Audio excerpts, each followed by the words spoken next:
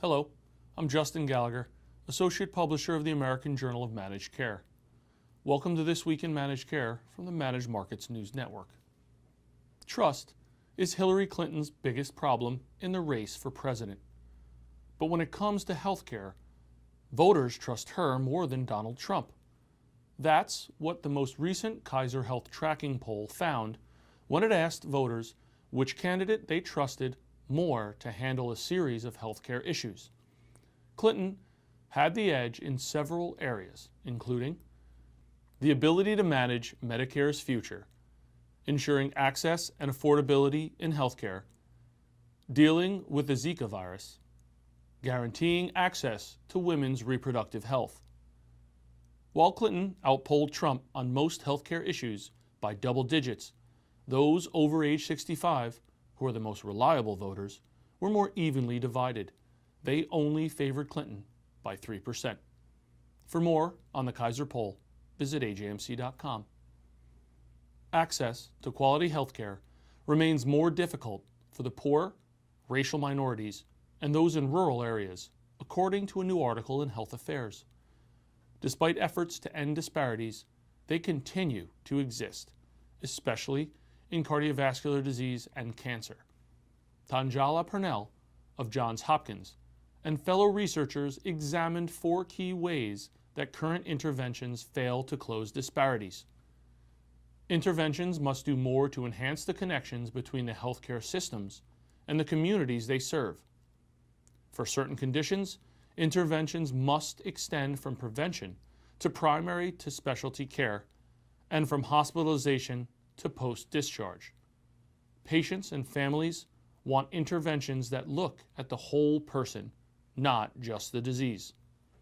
Interventions must better address cultural differences and tap into community groups. One example of an ongoing problem with disparities is seen in breast cancer, where the gap in survival rates between African American and Caucasian women causes mistrust, according to a new study from Thomas Jefferson University Hospital. The study, published in Supportive Care in Cancer, notes that 5-year survival rates among African American women are 79%, compared with 92% in Caucasian women.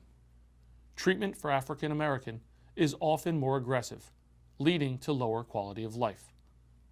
Women with more chronic conditions often reported more problems in survivorship, the researchers found.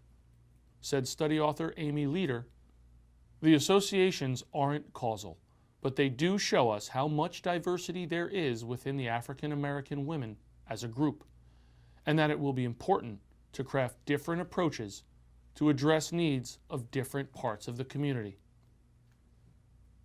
A study led by a pioneer in diabetes self-management has found that a digital format can produce the same clinical results and reduce depression just as well as an in-person education program. Kate Lorig published results that involve patients recruited by Anthem to take part in a 6-week diabetes self-management education, either in a face-to-face class or a digital format through Canary Health.